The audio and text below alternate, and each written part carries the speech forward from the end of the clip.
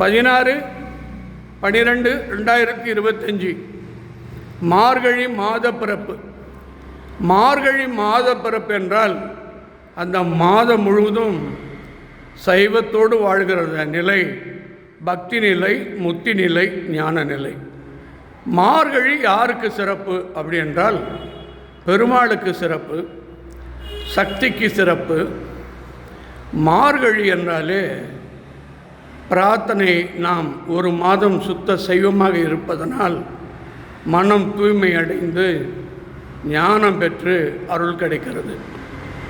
இப்பொழுது இந்த பூஜையை நான் என் திருக்கரத்தால் படைத்திருக்கிறேன். துர்காதேவி, இது உலகத்தில் இந்த மாதிரி ஒரு உற்சவ சக்தியை இந்த பூலோகத்தில் பார்க்க முடியாது. இது மலேசியாவில் ஒருத்தர் ஆர்டர் கொடுத்தது. நான் இதை வாங்க போகிறேன், அவங்க கனவுல வேணான்னு சொல்லிட்டாங்களாம். இது அவ்வளவு சக்தி வாய்ந்த துர்காதேவி, பேசும் தெய்வம் இவங்க வந்த பிறகுதான் இது உலக பிரசித்தமாக மாறுச்சு. இவங்களுக்கு பலமே பத்ரகாளி தான். இப்போ முப்பெரும் சக்தியும் பார்க்குறோம், மகாலட்சுமியும் பார்க்குறோம். இப்போ இந்த பூஜையில் அம்மன்கிட்ட ஒரு அருள் வாக்கு நான் பெற போகிறேன். எல்லாருக்கும் நல்ல உத்தரவு கொடுக்கணும்.